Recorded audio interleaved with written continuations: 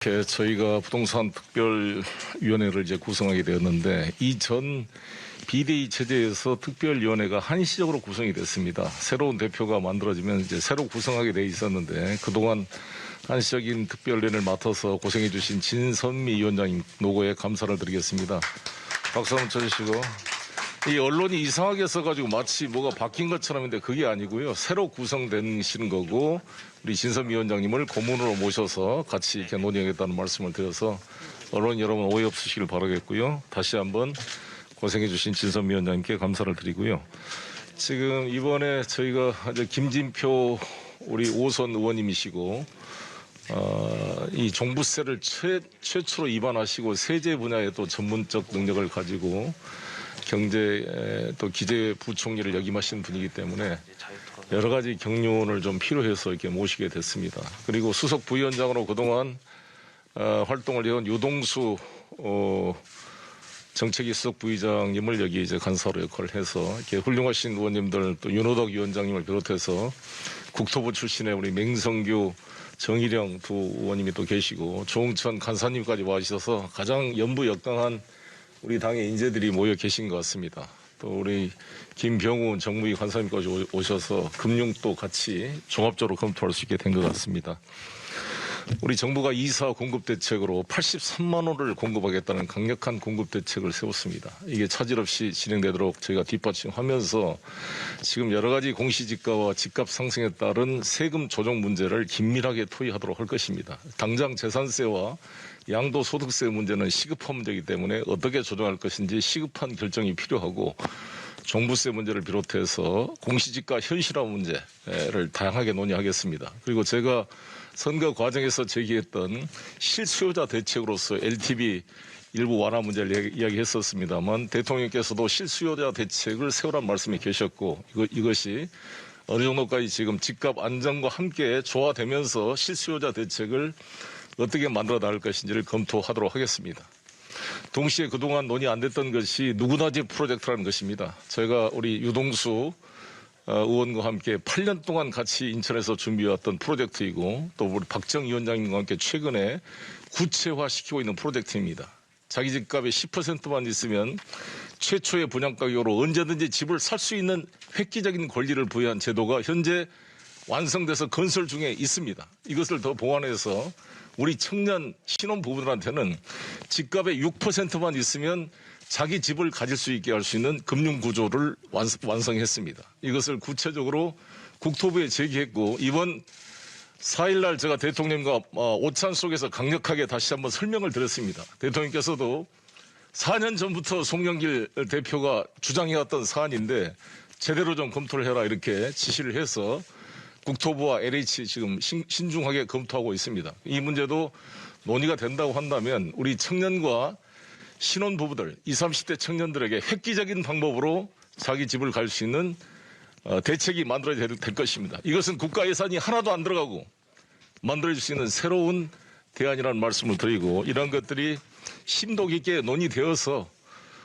이번만큼은 부동산 문제를 반드시 해결하겠다는 의지로 하겠습니다. 자신 있습니다. 우리 국민 여러분께 우리 민주당 정부가 유능한 정부로 부동산 문제를 해결할 수 있는 솔루션을 제기하겠다는 자신감과 확신을 가지고 우리 최고의 에이스들이 모인 우리 민주당 부동산 특별위원회에서 지혜를 모아주실 것을 부탁을 드리겠습니다. 감사합니다.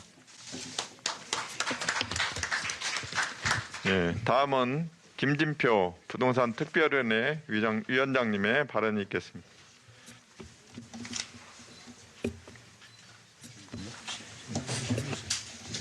된 거죠? 네, 부동산 특별위원회 위원장 책임을 맡게 된 김진표입니다.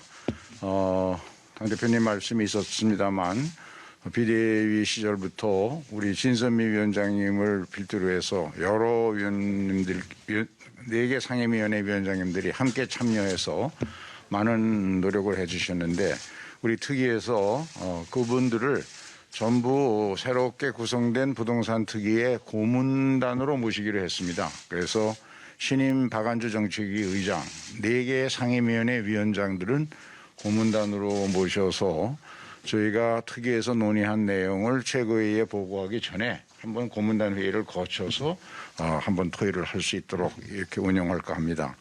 그리고 아직은 지금 구성 중에 있습니다만은 민간의 여러 이해관계자들의 의견을 청취하고 또 자문을 받을 수 있도록 학계라든가 시민사회 또 부동산 업계 관련 전문가들로 15, 16명의 자문위원회를 구성하도록 관계부처로부터 지금 적절한 인사를 추천을 받고 있습니다. 그것을 선별해서 금주 내에는 자문위원단도 구성해서 전체적으로 우리 특위는 여기 오늘 참석하신 4개 상임위원회의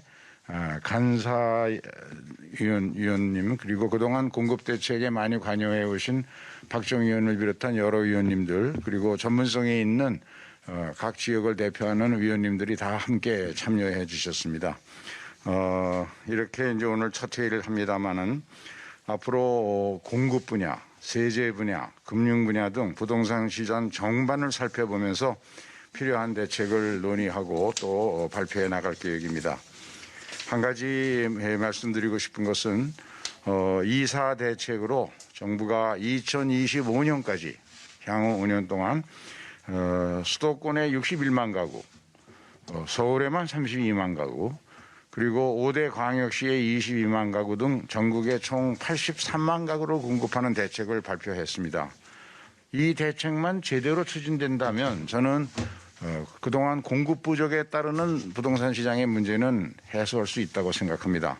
그런데 저희가 이 특위를 구성하면서 며칠 동안 이걸 점검을 해봤더니 예상보다는 상당히 빠른 속도로 추진이 되고 있습니다.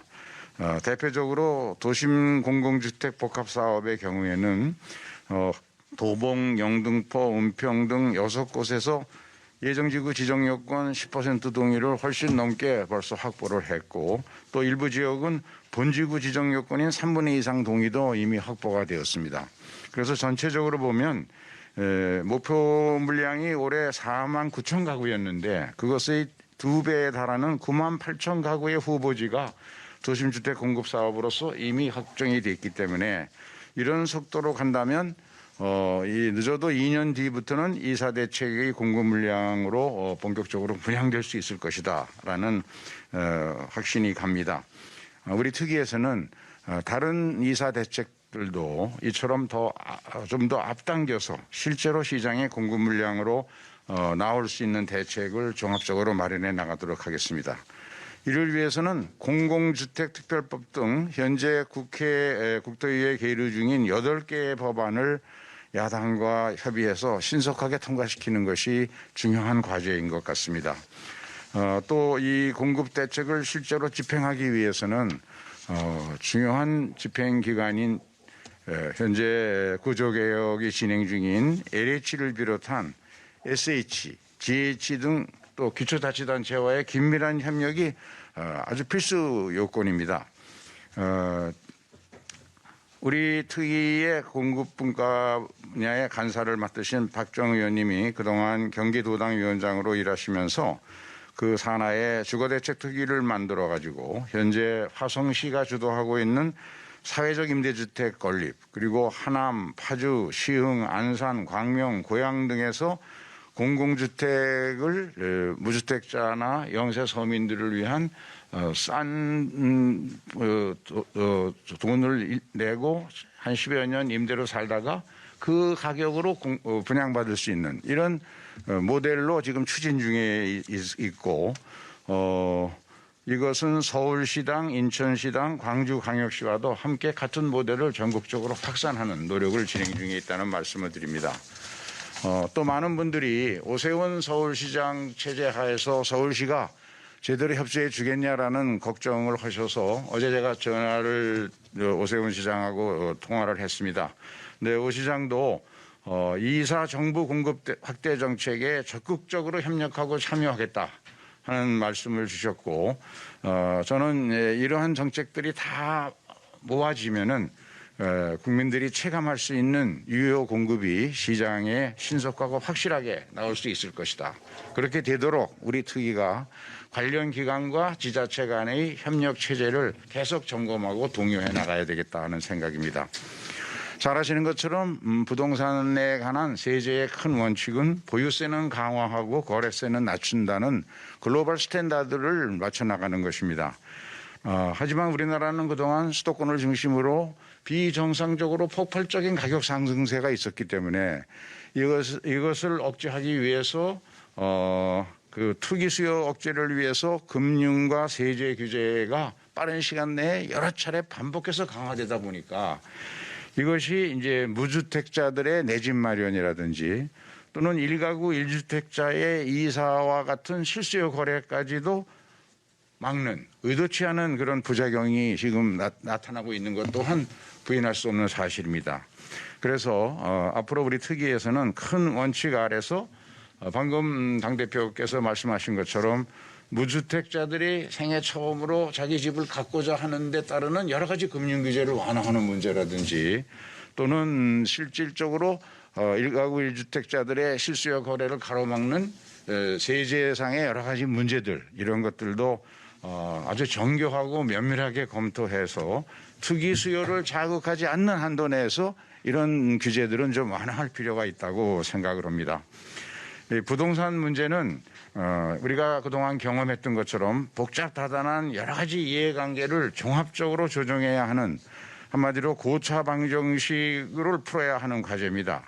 한두 가지 정책만 내세워서 풀 수 있는 건 아니라고 생각합니다. 그런 점에서 우리 특위를 구성하는 하고 계시는 여러 의원님들이 함께 힘을 모아서 공급대책, 금융대책, 조세대책의 폴리스 믹스를 강구해서 실수요자들이 이제는 부동산 가격이 안정되겠구나 하는 그런 시장 환경을 만들 수 있도록 최선을 다하겠다는 약속의 말씀을 드립니다. 감사합니다.